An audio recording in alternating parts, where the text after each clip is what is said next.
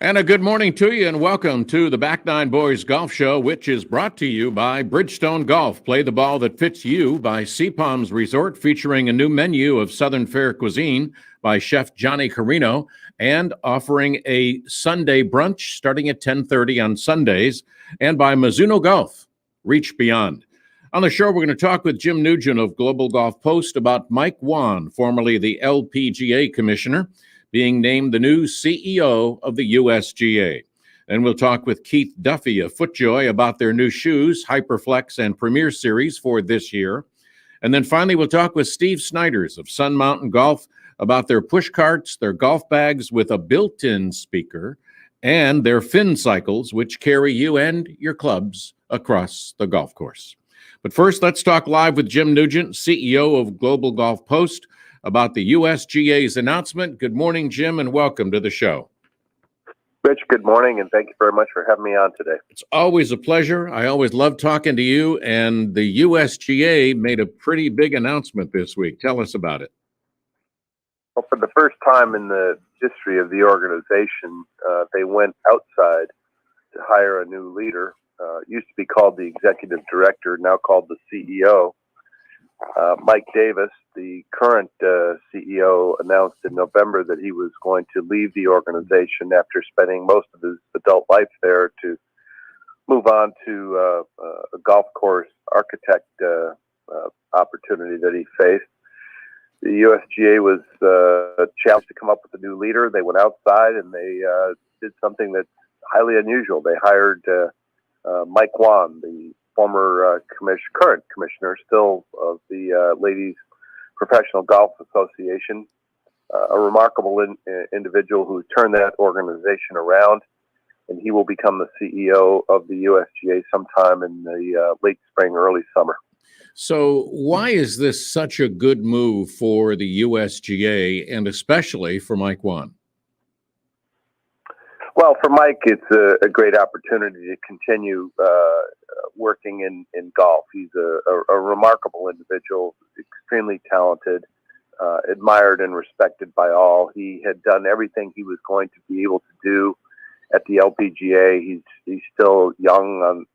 He's in the mid-50s. He had another run in him, and it's a great opportunity for him to continue in golf as opposed to moving on to some other industry. For the USGA, it's a shot of fresh blood. Yeah. I have great admiration for the organization, what it stands for, what it means. But it is an organization that, for the most part, is somewhat inbred in that the leadership has always come from inside the ranks. This is now an opportunity for them to bring in some fresh thinking, some, in Mike's case, radical fresh thinking from the outside, and interject some new energy, some new excitement, some new thinking into the USGA. And so I applaud the search committee that elected to go outside and bring in some new blood, some new thinking. So obviously a tremendous culture change for the USGA, which you said has been kind of hiring from within for many, many years. And Mike's going to bring, as you said, radical, great thinking. He did some great things with the LPGA, increasing the purses, increasing TV time. What do you think, knowing Mike and knowing how the USGA has not changed, what do you think Mike is going to start working on immediately? Well, the USGA is so terribly dependent on the United States Open Championship for so many reasons, most of which have to do with financial. It really drives the organization. And so I think he's going to take a hard look at how the U.S. Open is conducted, how it's presented to the consumer, how it's presented to the players. He's always been very attentive to the needs and wants of the players on the LPGA, and I think he's going to spend a lot of time talking to the golf professionals mostly who play in the U.S. Open, and maybe rethink how that is presented to the general public and try and elevate the status of the United States Open. But I also think because of his last 11 years with the LPGA, Mike is going to take a hard look at how the USGA attends to the women's game. not just at the professional level, the U.S. Women's Open, but also the Women's Amateur Championships that it conducts down to the U.S. Junior Girls Championship. So he's going to look at everything with a fresh set of eyes, but it starts with the United States Open Championship. Jim, there's been press for the last few years, several years, about several players being very outspoken about their dislike of how the USGA sets up tournaments. Mike obviously now is going to be very involved in that. Why do you think that the players, and do you think it can be changed for them to have a better opinion of the USGA? Well, it is changing slowly, to be sure, and probably more rapidly. On Mike's watch, they went out and hired a gentleman by the name of Jason Gore. Great guy. Great guy who's done really good work reaching out to the professional golf community, the tour pros, and getting their input into how to make the U.S. Open a better championship for them. But the reality is, at the end of the day, if you're trying to appease 140 guys that play for a living on the PGA Tour, you've got no chance, because right. 140 different opinions about how to do it. Right. So I applaud Jason's efforts. I applaud the USGA's efforts to reach out to that community, but you can't ever possibly make them all satisfied. And so you just have to try and do the best job you possibly can. Present them a fair but very, very stiff test, and move on afterwards. From a standpoint of 0 to 10, Mike Davis's tenure as CEO or executive director, how would you rate him?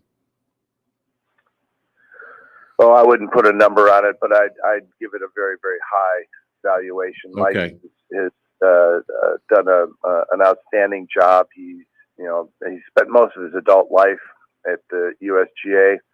There are many that argue that he didn't ever really want to become the executive director or the CEO, that he was completely comfortable in his role as far as setting up championship golf courses. But the way the organization evolved, he found himself in a situation where the job became his. I think he did the best possible job that he could in those circumstances. I think he did an admirable job. Putting a score on it, that's very subjective and very hard to do. But yeah. I think most people feel like his time, I think it was 11 years altogether by the time he leaves.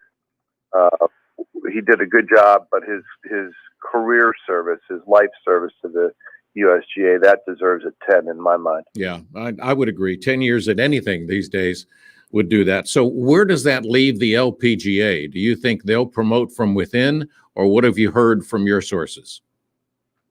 I believe that there is a search committee that has been formed. I'm not sure who's on it. I know that they've hired an executive recruiting firm. I think they're casting a wide net. It is a big pair of shoes to fill. Yeah. I think it's an opportunity for them to diversify the leadership of the game by hiring a woman to do the job. I know that they're a little gun shy about that, because the last time they hired a woman to lead the LPGA didn't work out quite as well as they had hoped. But I don't think they're very far along in their search. I think they're just starting now to get organized, even though they were prepared for this, because Mike had been very open and forthcoming with his board at the LPGA. I don't think they got serious about starting to think about life after Mike won until the beginning of this calendar year. Well, the last time you and I talked, we're going to change subjects. We talked a little bit about Ryder Cup, President's Cup, and the Olympics. You were very doubtful that there would be an Olympics. And having the President's Cup and the Ryder Cup in the same year, how difficult is that going to be for the players who might have a chance to play on both teams, altering their schedules in order to be able to do that? Well, since you and I spoke, they've made a change. The President's Cup has been pushed back a year, so you're only looking at the Ryder Cup this year. Okay. in 2021, and you've still got the Olympics that are going to take place in late July, early August. Every indication is that Japan is deadly serious about pulling off the Olympics. It's unclear whether or not there are going to be any fans in the stands for any of the sports. Wow. But it's the Olympics is driven by television, and if they have the Olympics, it's going to be televised, and everything will be fine. The Ryder Cup right now appears to be okay. We have time on our side. It's late September, and most people feel like the vaccine is effective, that it's gaining distribution, that by late summer, early fall, we should be in a much better place than we are today. Remains to be seen how many people are going to be permitted on the golf course at Whistling Straits in Wisconsin for the Ryder Cup, but there'll be enough there, I think, to make it a legitimate and a genuine Ryder Cup. Yeah, Ryder Cup without fans would be a very, very difficult tournament, and it just seems that it would be not worthless, but it just wouldn't be the same. It wouldn't be the same. It wouldn't be the Ryder Cup, and I think that's the reality that they faced last year when it was postponed. If you're going to conduct the Ryder, to the point that I just made, you can conduct the Olympics as a televised event and it works, but it doesn't work for the Ryder Cup without the fans, without the yelling, the cheering, the excitement, the energy that's both on the golf course and televised. It's just not a Ryder Cup, and I don't think that that was going to work last year, and the PGA and the European Tour realized that. Yeah. I think we're going to be okay by September of this year. Well, Jim, I can't thank you enough for your time. Thanks for bringing all that big news to us, and I hope you have a great day. Thank you very much, Rich. Always a pleasure to talk with Jim Nugent, Global Golf Post. Free subscription. You can get it online at globalgolfpost.com. Next up is Keith Duffy with FootJoy telling us about their new shoes that are coming out for this year. We'll be right back.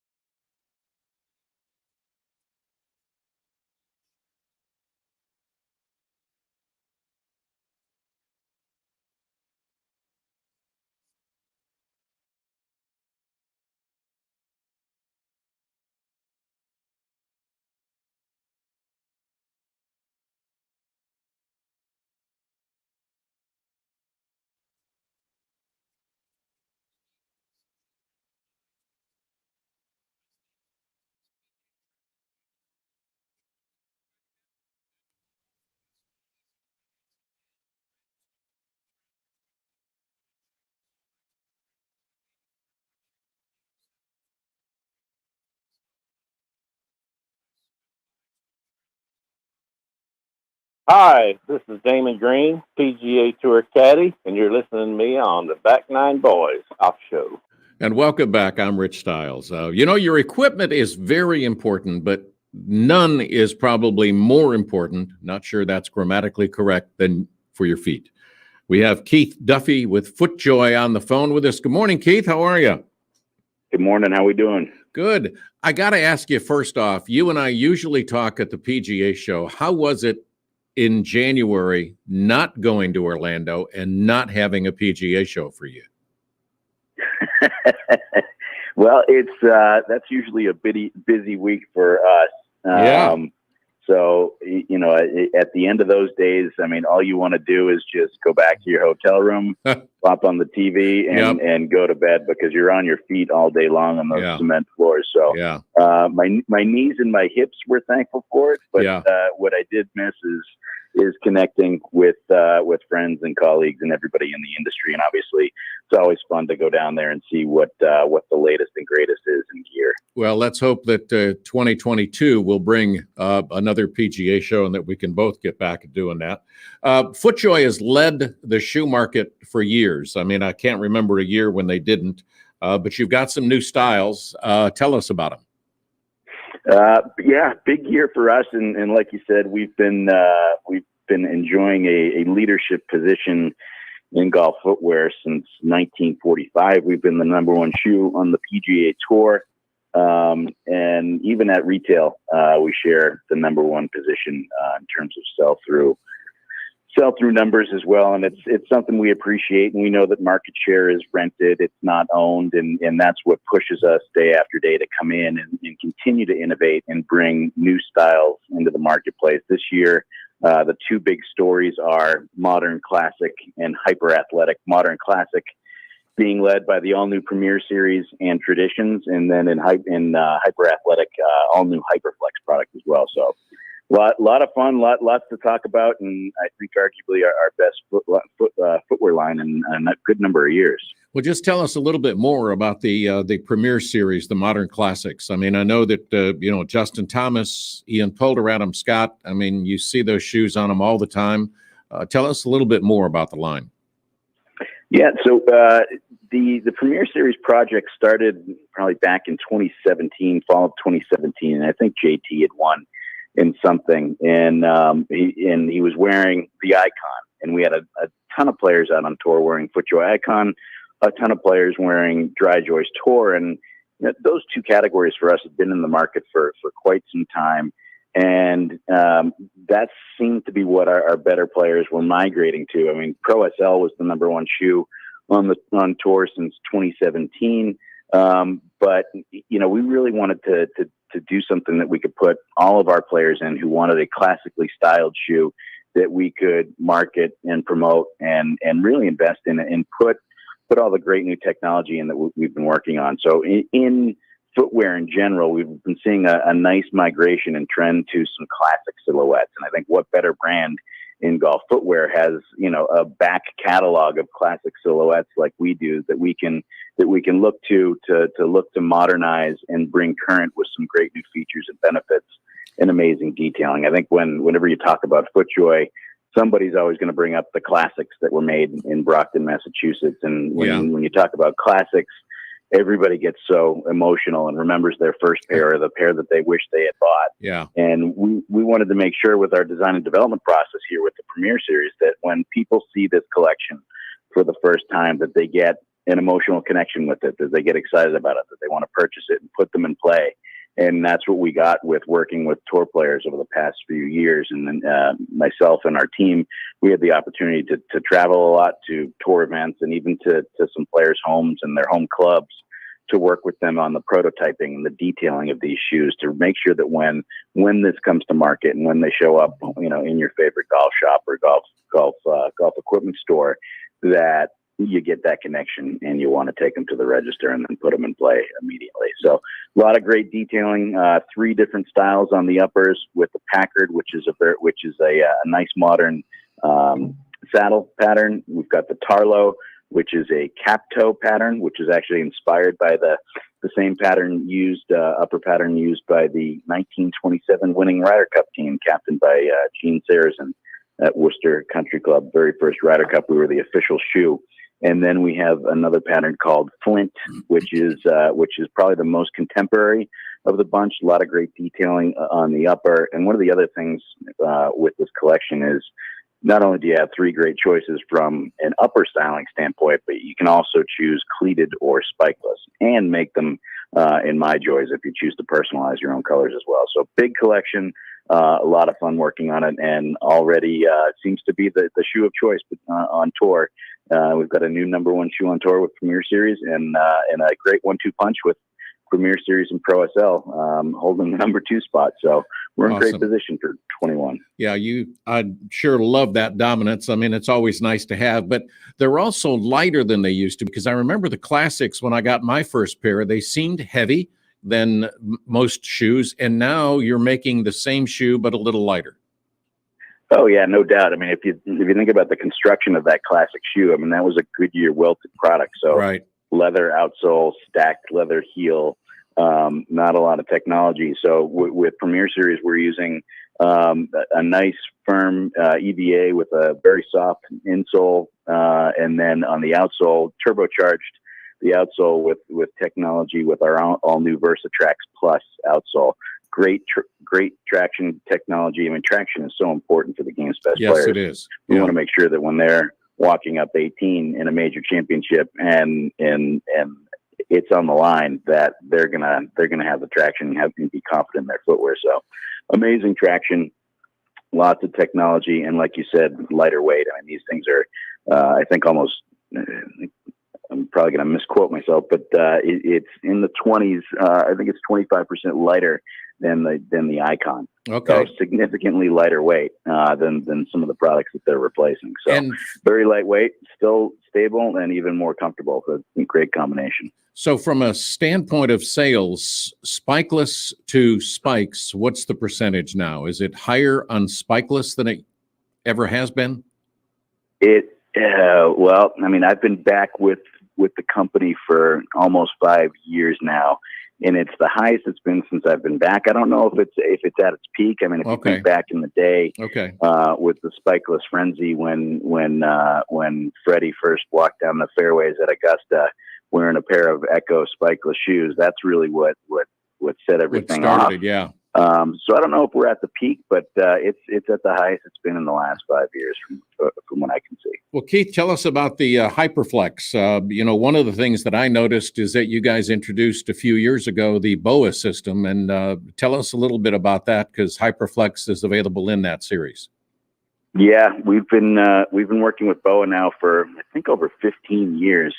I remember the relationship began back when I used to work for Titleist Golf Balls in the early 2000s, and we've just got a great relationship with that company, and they're not just a component supplier for us; they're really an extension of our R&D team, and we rely upon them a lot for great insight. But a few years back, we went to we had an offsite meeting together, and we really just sat and thought for a week on and ideated and sketched on different ideas that we could do together to come up with something new and unique that was really all about fit and enhancing performance. And that's what you've got with the all-new Hyperflex with the Rapid Fit system powered by BOA. It's a system that's going to come up and over your foot, pull you down closer to the midsole, connect you to the shoe better than ever before. It's in a very athletic look.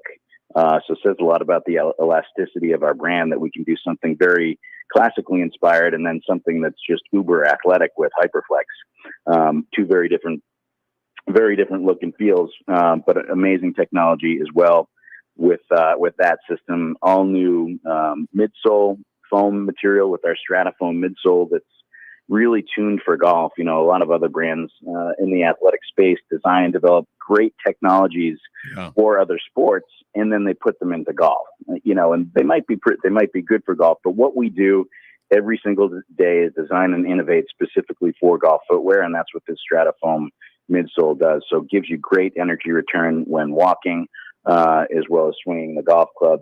Really helps you flex naturally with the foot in concert with the all-new OptiFlex outsole.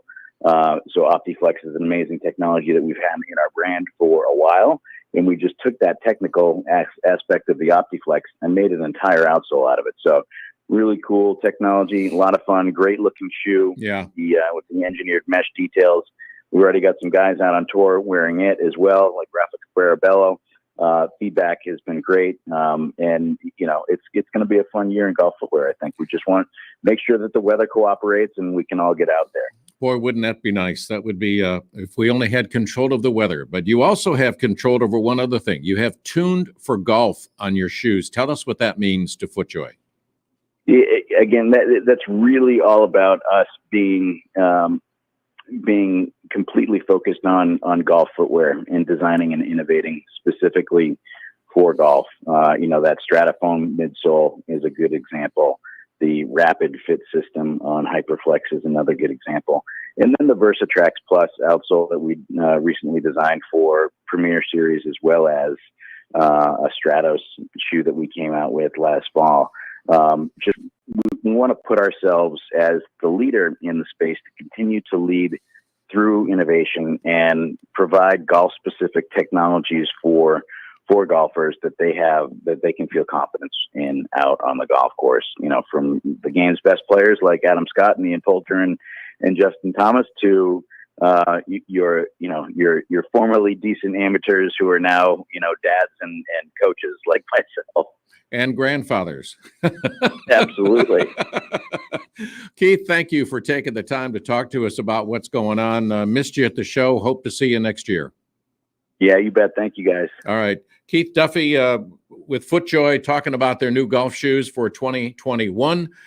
Check them out on footjoy.com. We're going to be back on the Back Nine Boys Golf Show. But first, I want to talk about some pros out there that you may know. Luke Donald, Keith Mitchell, Grayson Sigg are all talking about Mizuno golf clubs and that they are made for performance and feel. They introduced their new ST series. It's been out now, the fairway metals, so you can extend your long game. Try them out with the new irons, JPX 921s and the MP20. Both are built for feel with absolute precision and performance.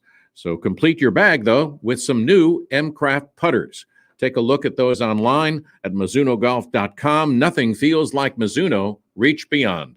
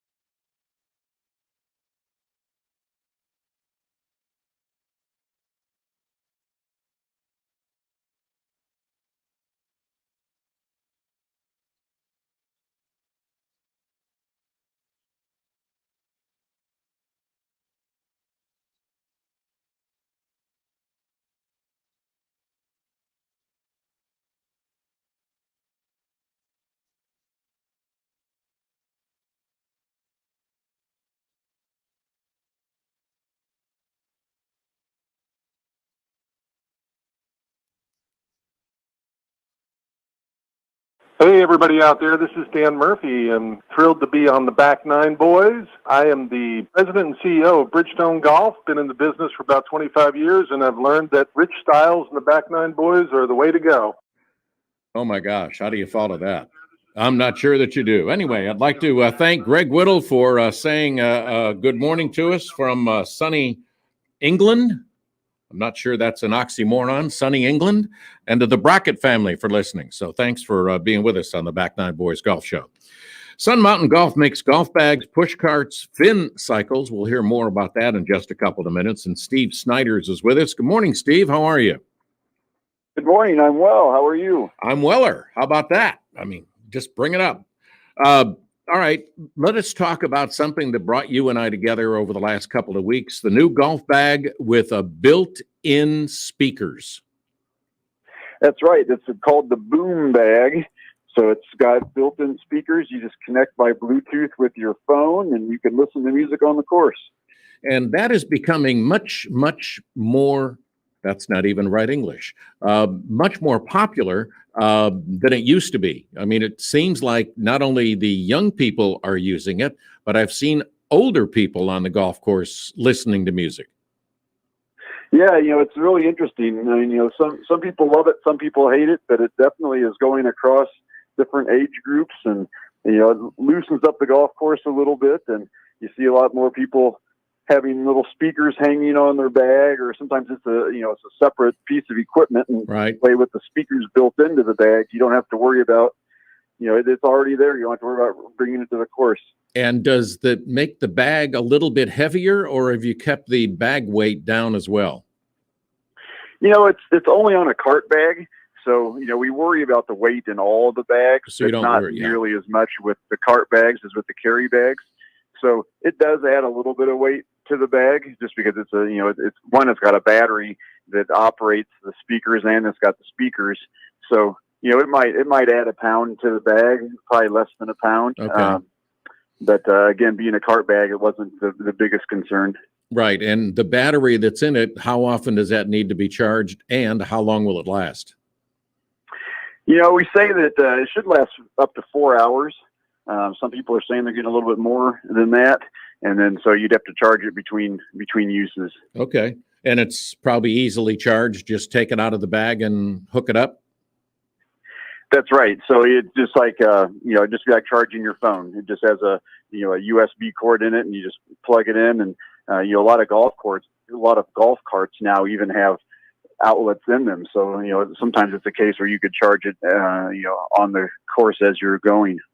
Steve, you guys have been involved with golf bags, push carts, and we're going to talk more about that in a few minutes. But golf bags have really changed over the years. I mean, it seems like they've gotten slicker, they've gotten thinner, they've gotten more pockets. What are you finding over the years as far as the big changes from Sun Mountain Golf?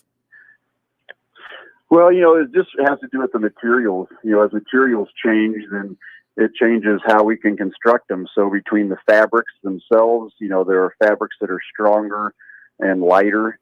There are different types of zippers, the different materials you can use for the legs and for the support systems.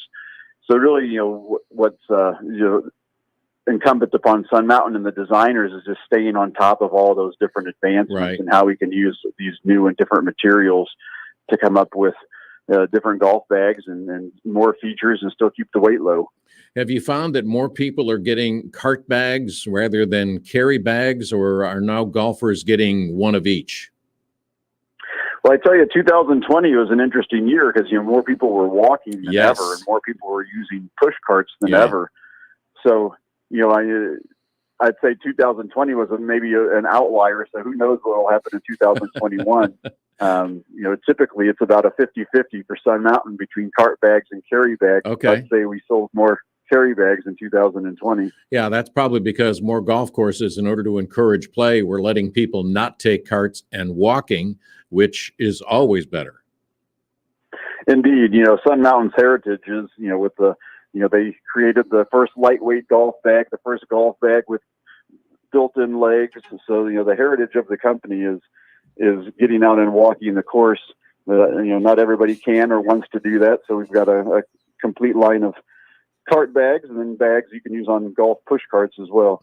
All right, let's talk about push carts. With 2020 coming out and people ordering more carry bags, but push carts probably had a big surge as well from last year.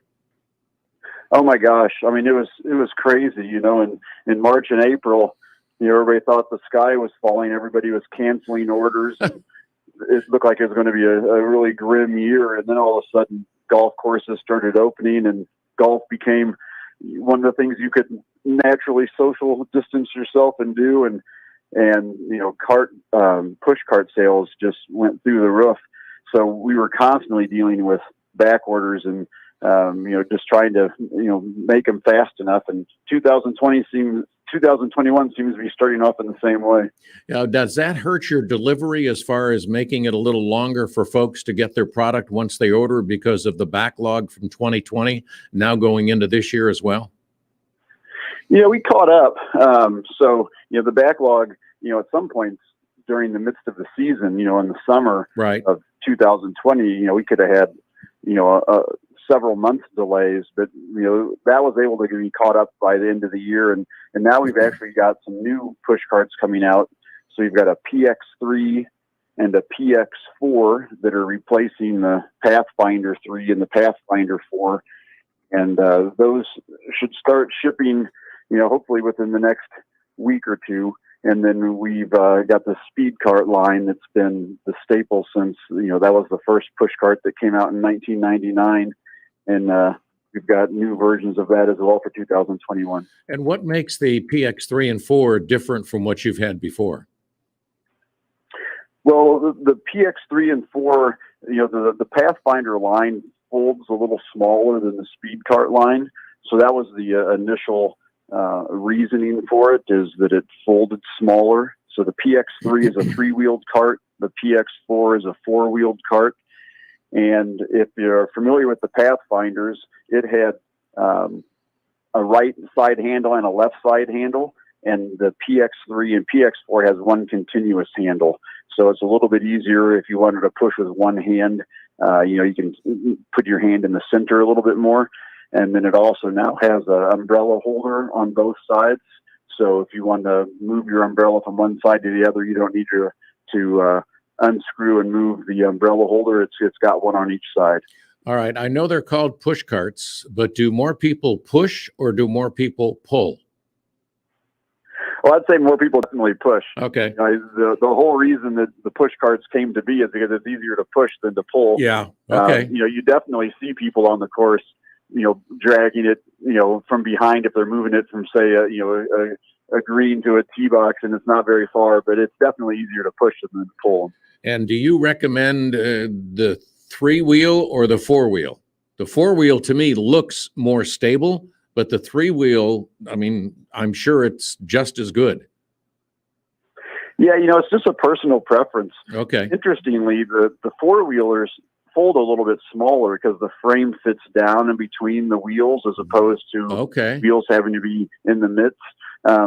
And some people worry about if one's easier to turn than the other, but really you basically, kind of lean a little bit of weight on the handle and pick up the front wheels to turn it most of the time anyway. So Right. It's really just a matter of what you think looks better and if the folded size is a huge issue for you or not. One of the things that I found in doing these interviews over the years is that, some golf courses do not allow push carts. Have you guys found any way to kind of get around that? Do you go talk to the various golf associations in the various states, or is that just something you guys don't get involved in? We don't typically get too involved in that. A lot of times it's if a customer comes in and asks for something enough times, it kind of encourages it along. So I think that in the best way, if you're at a course that doesn't allow push carts and you want to use one, you have to talk to your pro. And if you have buddies who feel the same way and enough people ask and encourage it along, then it seems like that maybe sometimes things can change. Yeah, you and I used to see each other at Lake Nona during the Tour Edge Media Day, which we didn't have this year. Also didn't have the PGA show. Did you miss it, or have you just kind of continued with your 2020, upward trend since last year's PGA show? Well, personally, I missed it. It's great to get to see everybody. It is. And It is. Yeah. I live in Montana, so to get a chance to go to Florida in the winter is not always so bad. No. From a business standpoint, the PGA show has not, ever been that great of an order writing show for Sun Mountain. So from a business standpoint, I don't think it's going to have an impact on the business, but it's always nice to see people in person, people you don't see sometimes at all throughout the year. And that's the one time everybody all gets together and, brings a new energy into the year. Yeah, it's more the PGA show seems to be over the last few years anyway, more relationship building and sustaining than it is for order taking. Yeah, in Sun Mountain's case, the new golf bag lines generally come out a couple months before the PGA show, and the outerwear line generally comes out a few months after the PGA show. So it's kind of a interesting timing from Sun Mountain's perspective. But for sure, you just can't replace the seeing people eye to eye and face to face Right. and shaking hands. And obviously, this year is an odd year, and hopefully we can get on top of this and people get vaccinated and get comfortable coming out and seeing each other again, and we can do it again next year. Yeah, I know this is kind of off the subject, but I want to ask, do you think the PGA show should be moved to the fall? Because that's when the orders are coming in? Yeah, I think it just depends on what, if you're a hard goods or a soft goods. And Right. I think it's different for different product categories. Okay. So, Okay.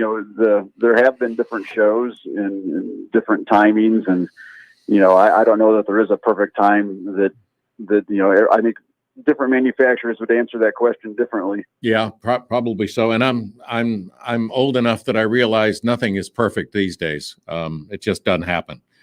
Steve, we're going to take a quick break, so hang with us, and we'll be right back with Steve Snyders of Sun Mountain Golf. But first, we're going to talk about the monthly specials at CJ's, their Italian restaurant. Check out their full menu at cjsitalianrestaurant.com and check out their monthly specials that are created by the local elementary schools. You order the pizza, and part of the proceeds goes back to the school, which is kind of cool.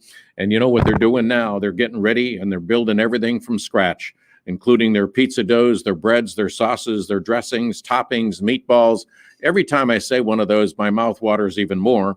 And it's so easy to go to CJ's and pick up. I mean, you make a call, you tell them what you want, give them your name, you pull up in one of the spots outside the restaurant, and they will come right out, get your name, get your order, put it in the car, boom, you're done. You got everything you need. Your wife, your husband doesn't have to cook, and it makes everybody, including them and the grandkids, thoroughly thrilled.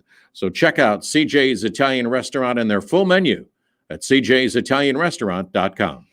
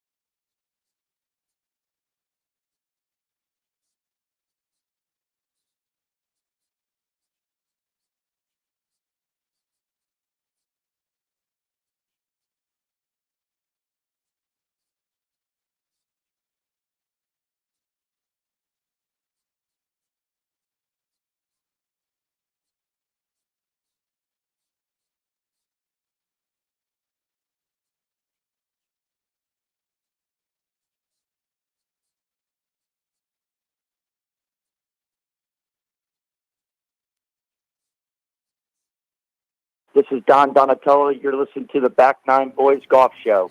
And welcome back. I'm Rich Stiles, and we're on the phone with Steve Snyders of Sun Mountain Golf. And Steve, first of all, give us the website so our listeners can go to Sun Mountain and see all the things that you guys offer. It's sunmountain.com, and you can see the golf bags, the golf outerwear, and the golf push carts all at sunmountain.com. And speaking of going to your website, tell us about, because I saw this a couple of years ago when you guys first came out with it, was the fin cycles. I mean, it's incredible. We got to do it at Lake Nona, which was fun. It's just a cool deal. Tell us about it. Well, Fin Cycle is a two-wheeled electric golf cycle. So it's a single person, single rider cart. It's got an electric motor, and it's just a kick to ride around the golf course on. And did you see an increase in use or sales of those during COVID and last year? We did, because, some golf courses were able to open and have golf cart use, but only single rider. And so all of a sudden, people, golf courses were running out of golf carts, and they were looking for a solution and how to deal with this new influx of golfers and people that needed to go out individually.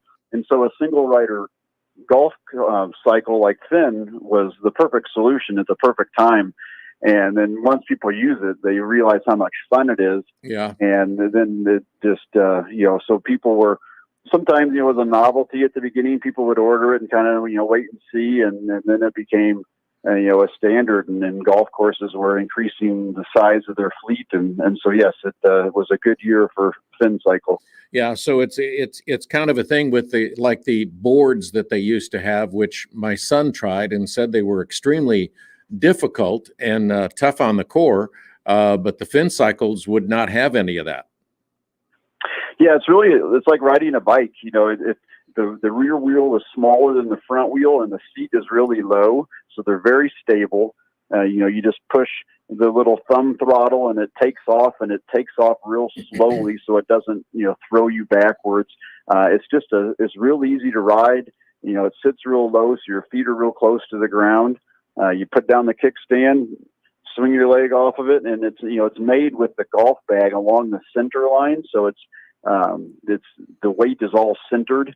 It's really stable, really easy to ride, and it makes golf a lot of fun. Have there been certain areas of the country, Steve, that have been more popular with the Fin Cycles than others? Yeah, for sure. It's places that allow walking or encourage walking, and courses that are a little more progressive with the way they might handle new products and new ways of getting around the course. So yeah, there's definitely pockets where it's been more popular than others. But now, as of the end of 2020, we had Fin Cycles in 40 states.